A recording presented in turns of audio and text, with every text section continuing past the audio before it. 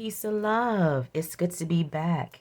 Let's see where we are spiritually as we look into some of the bird messages to see what those energies have for us. I'm gonna go ahead and light some incense. It's good to be back and to be here with you. I'm officially on my summer break. For those of you all who have been here for a bit, I teach full time. I teach civics and economics. Last year I taught history, and then before that I taught elementary school. I'm in middle school now. I teach eighth graders. So I'm officially on break. I need it. The kids took everything from me. No, they didn't take everything from me, but it's hard work. For those who are in the profession of teaching or thinking about going into it, it's rewarding, but it is a tiresome profession.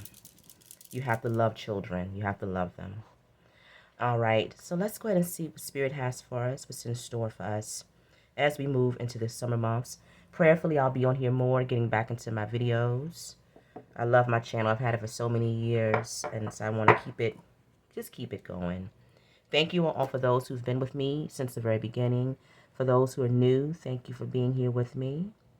Let's see if there's some messages in here for us. So we'll be using the Tarot of the Owls by Pamela Chen. Elizabeth Alba did the artwork for this one. And the Ascension to Paradise. You guys have seen this from my other bird messages. I love these cards so much that this one in particular is a little bit worn. And the bird cards by Jane Torian and Joyce Van Dobbin. I've been using these for many, many years. So we'll we'll go ahead and get the energy from some tarot first, just to kind of see where we are. And then we'll go from that. I have my tea by my side, so I might get a sip from time to time. This is a beautiful deck, by the way. If you like bird energy, highly recommend it. I have another deck that I normally use for this reading. Where are my friends? See if I see them close by so I can just show them to you. Give me one moment.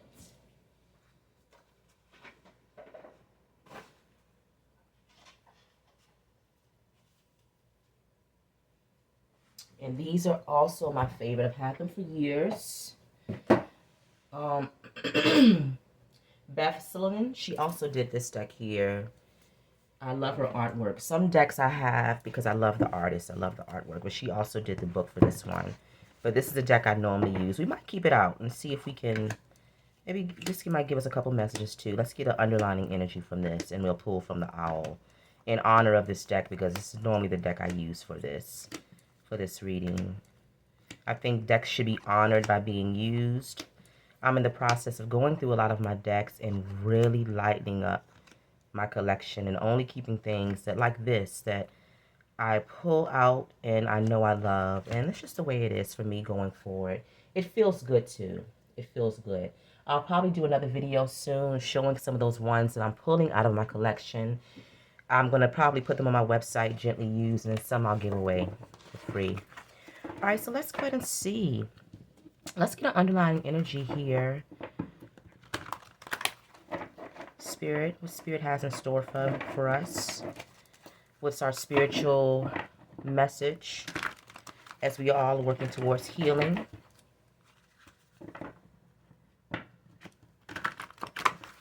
As we're all moving towards ascension. Thank you, Spirit. Thank you, angels, for another day. Thank you for your protection. Thank you for your healing, your wisdom. Thank you, ancestors, for your strength. I continue to honor you with my work. Thank you, Most High, for the gift of life. The Most High energies, Mother, Father, Creator. I give thanks and honor to you in all that I do. Continue to bless me as we move forward. Bless all those who are watching this video. Sending them love and healing energy as we work through the lights and the shadows of life.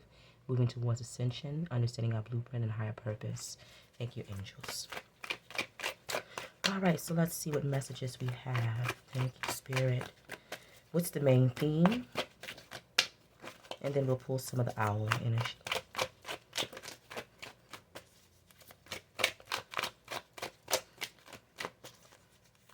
All right, Ravens, what messages do you have for us? Thank you, Spirit. All right, I'll take this one because it flew out. All right, so the star, wonderful. So we are in a process of healing, right? Making sure that we're listening to that higher guidance. for some of us is spiritual, should always be spiritual. But just in a simplistic form, it's just yourself. Listening to yourself, knowing where you're going. And like we talked about many times, if you don't exactly know where you're going, know how you want to feel. And so we're allowing our feelings to guide us. All right, we're allowing our sight and our vision to guide us. Some of us are being led by our dreams, right? Following our dreams. The star energy deals with healing in all forms, but it also deals with being seen, being a star in the light of others, in your own life, mainly, right? And so we want to be our own star. We want to be our own guiding light. We'll look at the end here, the bottom. It's always energy there for me. Page of Wands. So new ideas coming in, things that might seem small, things that might seem minuscule, but Spirit is saying is power in those things. So we want to make sure that we're honoring those ideas and those the burst of insight that comes through us through Spirit. So let's put this to the side. All right, angels, what messages do you have for us? Dealing with the star energy, we're talking about healing. How can we get here where we're showing up as superstars in our own life? All right. One thing that's so funny that I just thought about. One of my students, I run a tight ship in my classroom, but I'm really goofy too. So it's a mix between chaos and control. And I have to keep that going throughout the whole school year. And sometimes it can be extremely hard because I want to be involved in their lives. I want to hear about all the drama. I want to hear about who likes who. I know about everything. I knew about everything. They were not afraid to come and tell me every part of their lives. And of course, I'm a spiritual practitioner, so they don't know that. But I mean, some I did share that with. So my energy is like that anyway. It's pretty open when I want it to be. And so I'm open for all the drama. But I know I was talking to one of my classes, and in those classes you get that main character energy. And I had one student, they said, Miss Peterson, you aren't a main character. You aren't the main character. And that just made me, and I told them, I said, I know. That just tickled me. And I think teaching is like, that's it. It's like, they're the main character. At least I want them to feel like the main character when they come into my classroom, each and every one of them, even the ones who don't talk. That's been the hardest one for me, is kind of bringing out some of those energies of those shy kids. They start to open up towards the end, but I feel like I miss out on them so much when they spend so many months. School goes by quickly. So many months. At least it did this year. Sometimes it doesn't. Not engaging enough with some of those kids who kind of keep within. But the bottom line is they are all the main characters. But actually, I'm the main character, really. But the goal in life is to treat others like they're the main character, because I'm the main character in my own life, right? I'm leading my own life. I'm doing my spiritual work while I'm there. I'm not trying to influence anybody's ideas or belief. That's not what it's about. It's about letting them know that they're beautiful and what they have to say and what they feel and what they think matters, right? And so, truthfully, honestly, I didn't tell them at the time, but no, I actually am the main character. But that's how powerful I am, because I'm the main character. You don't know it. So that could be a message in there for somebody, right? Because we all have work that we do, and sometimes the work might seem it's just everyday work, but it doesn't mean that you're not powerful. It doesn't mean that you have something to share. All right, so let's see where we are. Thank you, angels, for that message, for bringing that back to my mind. That just stick. It will always stick with me. All right, so the Ten of Swords, moving away, endings, powerful endings here with the Ten of Swords, transformational endings, things that we might have been ready for, we might not have been ready for, but Spirit says nonetheless it's time to bring this thing to a close, right? In this particular situation, with this owl, maybe he knew there was a battle coming. Maybe he knew that there was something that could end his life, right? Or end that particular idea. Something that would have to transform him into spirit.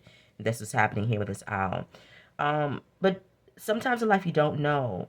But intuitively, we always know everything that's happening. We always have a feeling of what's guiding us in our life and where we're moving. If we're moving in the right or wrong direction, we can feel it. If we're in tune, if we honor that part of ourselves.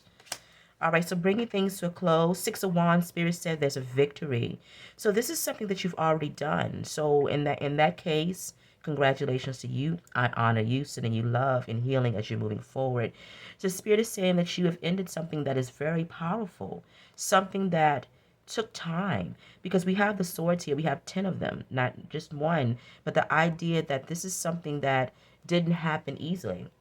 All right. It's something that you had to really work towards. It's something that you really had to pray over and think about. And in the end, you made the choice to bring something to a close. The swords deals with mental energy, and so this could be dealing with people, dealing with negative environments. We talk about that a lot here, but my readings always center on you, and so this is ending something in the mind that dealt with you, how you felt about yourself, your perception. If it hasn't ended yet, Spirit is saying it's time to, making sure that you're seeing yourself in the highest light possible, because don't forget you are the star. You are absolutely beautiful, you're absolutely powerful, and you're absolutely important to what's happening on this planet right now. Especially right now with so much anger, hatred, chaos, sadness, and fear. Right? So we all are in our spiritual form as spiritual warriors. If you're on this channel with me, we're warriors. Um, we're playing that out in whatever way is comfortable for us. Spirit is also telling me too that sometimes it's not comfortable. Um, any type of spiritual work is not going to always be comfortable, so we can't seek comfort all the time. We can't seek it all the time. And so for those who want to hold on to this energy with the swords, and because things might be comfortable, Spirit is saying if you let it go, there's a victory for you on the other side of it all. Right? One where you will come into full power. Here we have the Hierophant energy. The Hierophant energy deals with rigid structures. It deals with structured beliefs when it comes to religion, not being able to step outside of those beliefs, being boxed in, um, black and white ideas of thinking, not moving past your ideology. And we always realize, or we understand, that there's no healing or truth in that, right? Because we don't have all the answers. No one contains all the answers. Nobody does. And so we honor that and give thanks for that, because otherwise, what are we here for? We're not learning any lessons. We're not growing spiritually. Our spirits aren't growing. And so we want to give thanks to some of those structures that have been put in place. I know I have them in my life. I come from a background where my grandmother and grandfather were extremely religious. They went to church quite often. And I grew up a lot with my grandmother, especially on the weekends. I spent time with her. So we were going to church.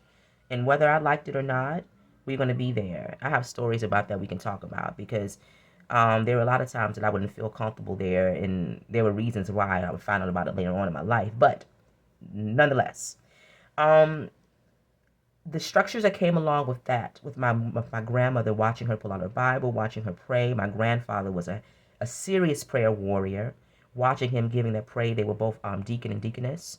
And so I honor them, and I honor that part of my life, that structure that came from that religious belief, in honoring Jesus Christ as the powerful energy, that love, that chakra and heart chakra energy. And then I had that other part with my mother and my stepfather, and growing up in a Rastafarian type of household, where things were a little bit more laid back. But there were structures with that too. We always had an altar. My mom always made sure she talked and gave to the ancestors, and communicated with that. And so now she's in the ancestral realm, and I do this work to work with her, not only her, but my other ancestors. You've heard me talk about that before.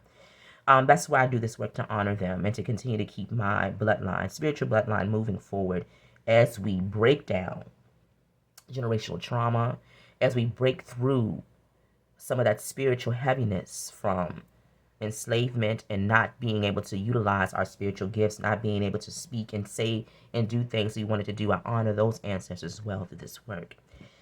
But Spirit is saying that we don't want to get too caught up in these structures with the Hierophant. But ultimately, this is a powerful card. It's not a card to hide from. All right, these are the spiritual teachings of life, right? These are the lessons that get us to the next dimension. And so we want to honor the Hierophant energy. Spirit is saying that you're moving into that here. How are you moving? Because you're following your guiding light, which is the higher self. You're listening to Spirit. You're honoring and loving yourself. That's what the star is about. Healing the heart. Healing the heart. Let's get a couple more, and then we'll see. You all know I can read for a while. All right, so let's see. Oh, the Hermit energy. So the Ten of Swords. So coming out of hiding here. I know this is me. today on this channel. I haven't been here in a while. A lot of you all I've talked a couple times about shadow energy, but one thing for me is feeling like I'm not being heard. And this is the type of work that I do, but because I'm not an everyday type of reader and I don't talk about he said, she said, and I deal with the spirit and spiritual work, and some of this stuff is hard and it's not easy to listen to, and it's not, you're not going to come here and get, soothed all in the same way that some readers might. They're feeding you lies too. So just be careful when you're listening to other people. All right. Um, but it's the idea that nobody hears me. But Spirit is saying, so what? Do you hear yourself? And so the reading is for me as much as it is for you. I honor and give thanks for that. But coming out of hiding, right? Because the hermit has messages to share. They have information they're teachers. So the teachers of the tarot, the Hierophant is a teacher as well. So we have two energies of spiritual teachers out here on the table. So also, whatever you do, you're here with me. It means that you're a spiritual teacher in some capacity. Whatever the work is, I don't care if you're an accountant. Whatever the work is, there is room to be a spiritual teacher in it. Not in the Hierophant where we are rigid in how we deliver, but where we're allowing others to see their power with any work. That can be just done by saying something, you look beautiful today. If you do customer service, I like what you have on. I love your smile, right? It's allowing others to see themselves. Don't forget, we are the main character, but we want them to actually be the main character, in their minds. So, what can we do in whatever profession that we have to make people feel like they're the light, right? They're the light. So coming out of hiding with the Hierophant, moving into the Queen of Cups energy with the Six of Wands, with the Queen of Cups under the Six of Wands, saying that this is your spiritual power. This is the victory here. Utilizing your intuition, allowing yourself to be sensitive, vulnerable to those energies of the star, to the energies of spirit, allowing your intuition to be your guide, allowing the tenderness to be your guide. For some of us, we've had to remove ourselves from situations where we weren't allowed to be tender here. I'm getting that. Going into hiding because we had to put away those tender parts of ourselves. The vulnerability of the heart, that's where the power is. The heart chakra is how we connect with spirit. It's also the main driving force of the higher self when we're operating in full capacity, spiritual capacity, right? And so if the heart isn't fully engaged, then we're not operating in spiritual fashion. We're not listening to that guiding light. We're not healing properly. So if you're in a situation where your heart isn't fully engaged, you're not able to soften yourself up and be sensitive and be free and be loving and kind and gentle and all those energies that come along with the Queen of Cups. It turns like this, where it could show itself in many different ways. Closed off is just the easiest one. You withhold information, you withhold your emotions from others. You don't share what you know. You don't share yourself. You just pretty much blank here. No emotion, nothing. So it's no outpouring. If we're not pouring the energy out in some way, we're keeping it all bottled in. We're not sharing the work. We're not sharing the spiritual energy. All right, so Spirit is saying this is your power here with the Queen of Cups energy. And then the Eight of Swords, feeling blocked in the past. But this is under the Hierophant, making sure that you're coming out of rigid beliefs. Rigid beliefs. We talked about the star. The main thing with the star is knowing that you're the star in your life. That you are the main character, that you have the power, that you have all of those things, right?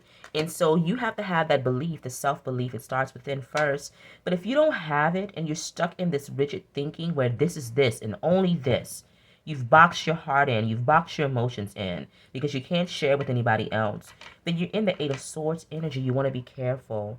There has to be a balance between that energy of flowing like the river and having that moments of being still. All right? Let the river be your guide on that. All right, so let's pull a bird card. We'll pull two and see what Spirit has to say. What message do you have? And then I'm going to share another message that, because I do the bird messages readings because I work with bird energy. It's just as simple. Some people, they see birds like, oh, they're nice. They're there. They're part of our lives. but I actually receive information and messages from them in my real life when I want to, when I'm paying attention, when I'm honoring it. Um, when I watch them, I receive messages.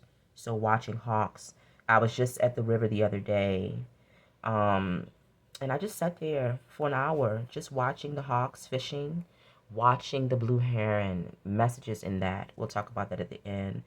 And they just have so much wisdom to share for me. Even the smaller birds, I'm looking at the hawks up in the sky, flying so regal, so beautiful. But then the smaller ones would flitter by, and they're just like, you know what? We might not have the wingspan and the power of that hawk, but we still have a show. And I see them diving and, touching the water and just doing their little movements and just playfulness and having fun. And so, we look up high, but, what we have to offer is just many. We don't have to have the wingspan of a hawk in order to bring about power in our world, in order to bring about change and motivate others in our world. And so I think that's important to remember, all the birds, no matter what their energy is, it has resonance. At least with me it does. At least with me it does. All right, so let's see here.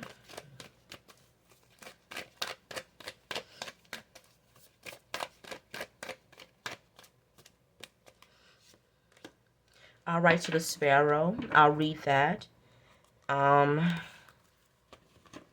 going to read this one too. These cards I'm not going to read all of it because I'm just going to read the beginning messages of these two so we can get an understanding, and then we'll pull Ascension. So we have the sparrow. I'll just read the general portion at the top. Sparrow energy is friendly and comforting. Sparrows are not dramatically beautiful or alluring. And I will just say that sometimes in this book, I'm just like, every bird is, maybe they don't all look the same, but I don't think the birds are looking at each other and saying, look at that bird, who is she? And maybe they are, but I don't know if they judge themselves like we do. And so I'm going to say that the sparrow might be beautiful in their mind, right? But their presence provides a sweet resonance, which can lift us when we're feeling low. Having sparrows around your garden brings a quality of merriment and sparkle into your life. If the sparrow resonates with you as a symbol, then you make a wonderful friend. The gift you offer is true companionship, given without expecting anything in return. All you ask that you are precious to someone. Friendship is vital to your well-being. Sparrow people need the warm, friendly interchange that enables them to feel connected to life. And so here, let's bring it back to our reading. Missing that warm interchange, not feeling like you are special to someone. That's another reason to go into hiding here with the hermit, all right? And to feel the Eight of Swords energy. But who do we feel special for first? And this is what I talk to my students about all the time. We had the end of the year award ceremony. A lot of students didn't get things, and they felt bad about it. But it's like I told them, I said, life is difficult. People aren't going to necessarily tell you that you did great at this, but you have to go within and say it to yourself. You are your own judge, right?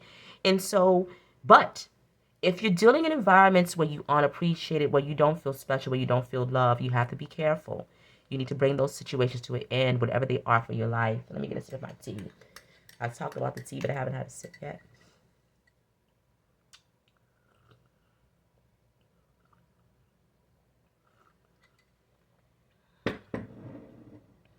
All right, so we want to make sure that we feel loved in our connections. All right, let's look at Ibis 18.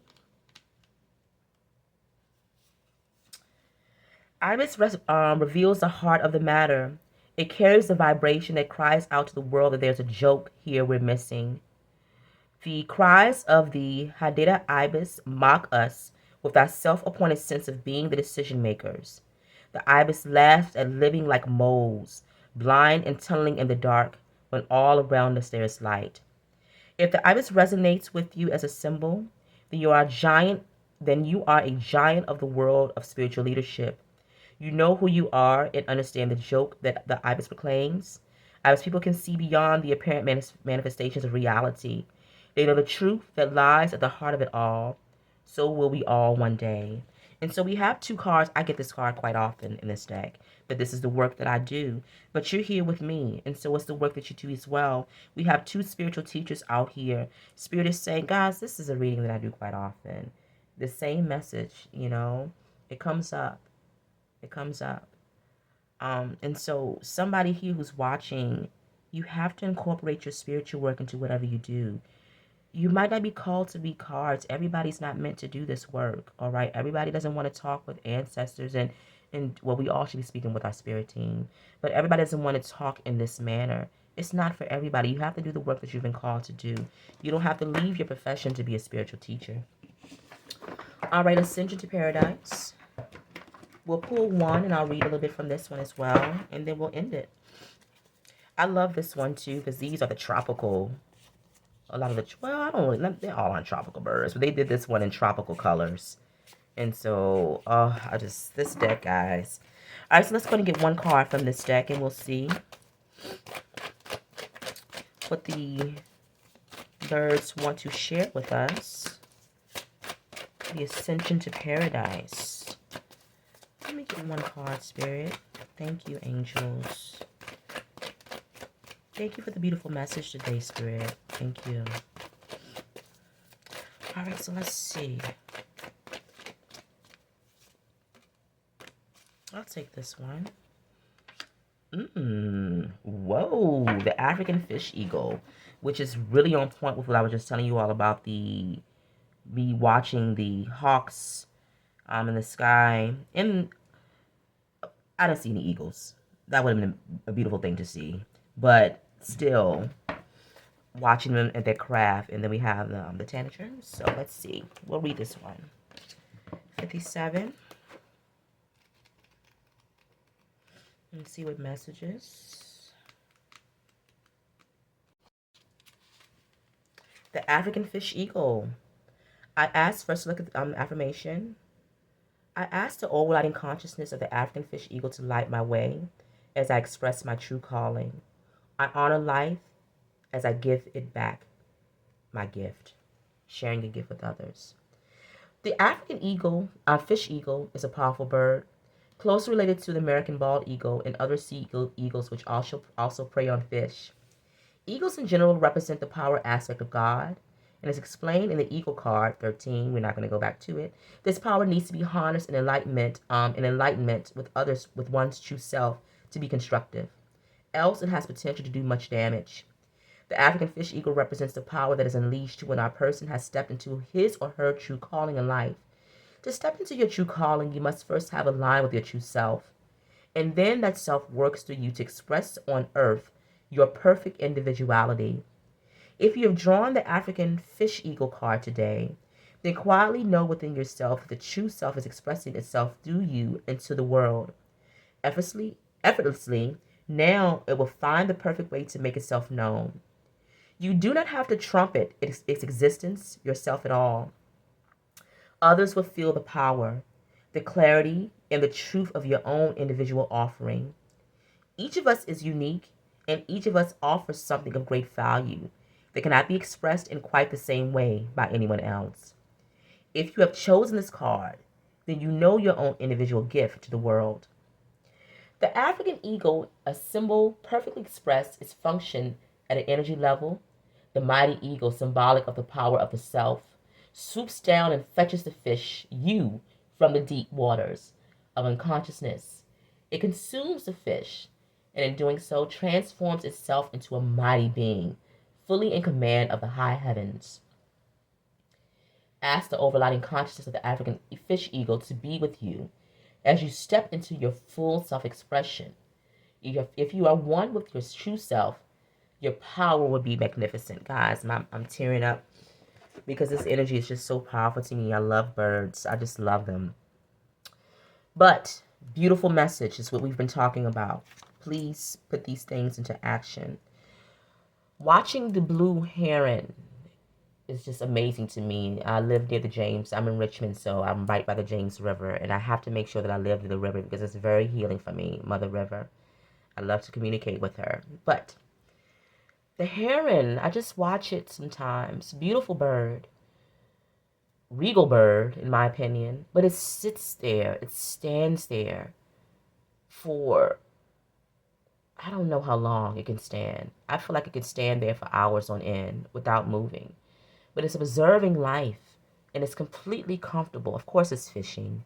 And so it's waiting to see something that it really wants. You know, it'll dive into the water and get whatever it needs. And however it goes about its, fishing. I've never seen them actually catch the fish. I've only seen them just watching and looking, just waiting. But I guess the message for the heron for me when I see it, because I've been drawn to that bird recently, is they've been built to be patient. And you think about birds, it's in their nature to be patient. Is it in our nature to be patient? It should be. But the world creates this energy where we have to move so fast and we have to see results quickly. But that's not real life, right? If we look at how birds, how they go about their day, if we look about how flowers bloom, the process of a seed becoming a bud, bursting forth, and, you know, the stem bursting out of the ground, the leaves opening up to receive that energy from the sun, and then the petals, the flower, and then the bees come along. These processes take time. And so in life, this is a message for me, but it's also a message for you because it's a message I received from the heron. Sometimes you will have to wait for a very long time to see the results of anything that you've done, right? But just because that bird was sitting there, maybe it didn't see results in the water, it was waiting, but I saw it. And because I saw it, I received a message from it. And so if anybody sees what you're doing and they receive a message from it,